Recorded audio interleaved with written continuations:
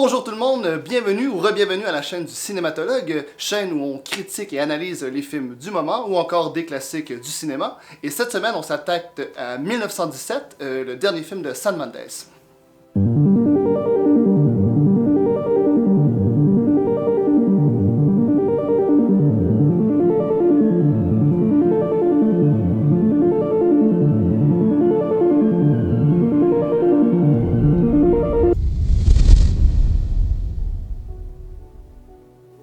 Donc 1917, qui est réalisé par Sam Mendes, qui est connu pour avoir d'ailleurs réalisé les deux derniers opus de James Bond, mais surtout son film phare, je dirais, c'est American Beauty, avec Kevin Spacey, qui est sorti en 1999, qui est probablement son plus grand chef-d'œuvre. D'ailleurs, 1917 a eu une très belle soirée des Golden Globes. Il a remporté meilleur film dramatique alors qu'il se battait quand même contre Irishman, Parasite et d'autres films très notables. Et il a aussi et surtout réalisé meilleure réalisation de Sam Mendes. Donc ça en fait un gros joueur pour la soirée des Oscars et va probablement remporter quelques prix. Donc, qu'est-ce que le film 1917? Quel est le récit? Eh bien, c'est assez simple. C'est deux soldats anglais, durant la Première Guerre mondiale, bien sûr, en 1917, qui se voient chargés d'une mission d'apporter un message à un bataillon un peu éloigné pour leur avertir qu'en fait, ils tombent directement dans un piège. Le bataillon pense que les Allemands se sont retirés, mais en fait, ils les attendent et ils vont être massacrés.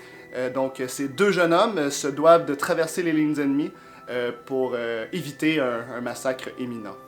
Donc un fait intéressant de ce film, c'est que Sam Mendes fait appel à, pour les deux protagonistes principales, deux acteurs inconnus ou très peu connus du grand écran, ce qui fait en sorte qu'on n'est pas distrait par un grand acteur, comme par exemple si ça avait été Brad Pitt ou Ryan Gosling qui aurait pris la vedette de ce film, on se serait peut-être plus intéressé à l'acteur que l'histoire, et alors là, on laisse place vraiment au récit, à l'histoire au complet, et on n'est pas distrait par une grosse pointure américaine. Donc, ce qui en fait vraiment l'identité de ce film, ou le facteur le plus important, c'est que ce film est un plan-séquence. Et qu'est-ce que c'est un plan-séquence? Parce que sûrement que certains d'entre vous n'ont aucune idée. En fait, c'est lorsqu'on fait un plan du début jusqu'à la fin, sans aucun cut, sans aucun coupage. Donc, c'est vraiment comme si la caméra commençait et ne s'arrêtait jamais. Et le film nous fait accroire, parce que c'est physiquement impossible avec le budget et la technologie, je dirais aujourd'hui, de faire un film vraiment de 2h30 sans jamais arrêter la caméra. Mais le film 1917 nous fait accroire à un vrai plan séquence qui commencerait du début jusqu'à la fin du film. Si ça vous intéresse, les plans séquences, car c'est quand même une technique qui est de plus en plus utilisée dans notre cinéma et même, je dirais, certaines séries contemporaines. Dans les derniers films récemment, Inarritu, dans son Birdman ou même dans The Revenant, dans les scènes d'introduction du film, utilise un plan séquence. Ça doit durer un bon 7-8 minutes chacun. Donc, si ça vous intéresse, allez voir ces exemples-là. C'est vraiment très très bien réussi. Et si vous voulez voir un film aussi classique de Alfred Hitchcock qui s'appelle The Rope, la corde, qui a été un faux plan séquence, un peu comme a été fait 1917. Donc ce plan séquence, c'est bien beau de le faire, c'est vraiment une prouesse technique incroyable du film, mais est-ce que ça apporte à la narration, est-ce que ça apporte à le récit? Eh bien oui, c'est réussi de tous les points de vue, dans le sens qu'on a vraiment cette impression en tant que spectateur d'être le troisième soldat qui va accompagner les deux soldats dans cette mission impossible. On ressent vraiment la tension de la guerre. Là, au début du film, on traverse les tranchées avec eux, on s'approche du front, on sent que le moral des troupes est de plus en plus négatif en avançant vers le front. On est avec eux dans cette détresse humaine.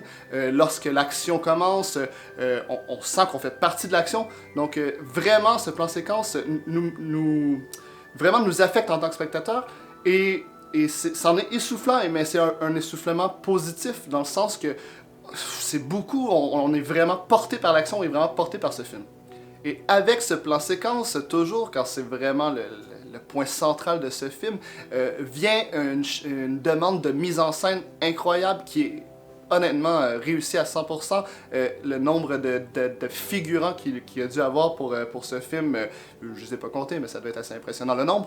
Il y a des scènes où nos protagonistes traversent des centaines de soldats, les gens se battent en arrière-plan, et avec la caméra aussi qui est très bien dirigée, on a toujours des pivots de 360 degrés, donc on voit l'action autour de nous, on sent qu'on fait partie de l'action, et ouais, en fait, toute cette mise en scène-là est extrêmement bien réussie. Alors, quant à la direction photo, elle est signée Roger Deakins. Roger Deakins, qui est probablement un des directeurs photo les plus en vogue de nos temps. C'est d'ailleurs lui qui a fait les derniers films de Denis Villeneuve, donc Blade Runner 2049, ainsi que Sicario, qui était visuellement extrêmement réussi. Alors, vous pouvez vous imaginer que 1917 est aussi visuellement un chef-d'œuvre. C'est très très beau, et c'est surtout aussi qu'il y a vraiment une maîtrise de la caméra qui est solide dans le sens que lorsque l'action est intense, donc, lorsqu'on est vraiment dans l'action, la caméra s'active, on est très dans le mouvement, et alors que parfois il y a des moments plus intimistes, plus sobres, et cette caméra sait se poser, nous donner des images, des plans juste à couper le souffle, stables, et Ça ajoute un rythme et une cadence au film. un autre fait extrêmement réussi de ce film, c'est tout ce qui a trait à la lumière. Donc, parce que, à cause du plan séquence, donc on veut faire croire au spectateur que le film a été tourné en one shot, en seulement 2 heures et demie. Mais en vérité, le tournage a duré quoi, plusieurs jours, plusieurs semaines. Donc, il faut que la lumière soit cohérente lorsqu'on change d'environnement ou de plan par plan, même si c'est pas plan par plan, mais vous comprenez. Il faut que la lumière soit la même. Et donc, vraiment, il y a un travail autant d'attendre les bonnes journées pour filmer, de trouver sensiblement toujours la même lumière, mais aussi par les coloristes en post-production, qui est juste incroyable, parce que lorsqu'on regarde le film dans son entièreté, visuellement, la lumière, on s'y méprend, c'est comme si ça avait été tourné vraiment en une seule journée. C'est une vidéo sans spoiler, bien sûr, car je vous encourage à aller voir le film, mais il y a vraiment un moment au centre de ce film que je ne révélerai pas, mais que vous allez comprendre lorsque vous le verrez, qui a été vraiment audacieux par la réalisation, et je trouve que ça rajoute vraiment de cachet à ce film, parce que, c'est un punch que tu vois pas vraiment venir, et deuxièmement, ça apporte beaucoup de puissance émotive à ce film. Quant à la musique, elle est signée par Thomas Newman, qui est très en vogue dans Hollywood présentement aussi. Il sera notamment nommé aux Oscars cette année pour sa trame sonore. Elle est très accompagnatrice de la caméra, en fait, cette musique. Lorsque l'action prend de l'ampleur, elle s'active, elle devient plus épique. Et alors aussi, il y a moyen d'avoir des moments plus de silence, des moments plus calmes. Et ça fait qu'il y a vraiment une belle balance entre l'image et le son, et que tout ça fait une belle harmonie. Donc, un autre point positif de ce film, ce serait tout le département du décor, maquillage, costume, qui est vraiment fidèle à l'époque, fidèle à la guerre même, car ça se passe en 1917, donc la fin de la Première Guerre mondiale. Et dans les tranchées, par exemple, on voit les soldats avec des imperméables, donc ils se sont comme un peu habitués à la pluie, au mauvais temps, parce que la condition de la tranchée était historiquement dégueulasse. C'était une des pires situations humaines qu'on n'a jamais vécues. Autre exemple, on aperçoit un cadavre de cheval durant le film, et même les cadavres en général dans ce film sont exposés d'une réalité, dans le sens que c'est vraiment dégueulasse, c'est affreusement bien réussi. Aussi, dans cet aspect, au milieu du film, on aperçoit un soldat qui va mourir, et on vit en temps réel sa mort, et c'est tellement bien réussi. Je sais pas s'ils l'ont fait par CGI ou par maquillage, mais le soldat, au début, il est en train de mourir, donc il est tout rouge, et ça fesse visuellement, et après, il meurt, il devient blanchâtre, après, il devient bleu. Donc c'est vraiment un tour de force par l'équipe technique. Alors, comme vous avez pu probablement vous en douter à travers la vidéo jusqu'à présent, j'ai relativement beaucoup apprécié ce film. Cependant, je lui donnerais un petit bémol, mais c'est vraiment minime, mais c'est vraiment que je trouve qu'on manque un peu d'attachement avec les personnages principaux, et pourtant, j'arrive pas tant à l'expliquer parce qu'on les suit vraiment de près, mais c'est aussi que je trouve que ce film manque de point de vue sur la guerre.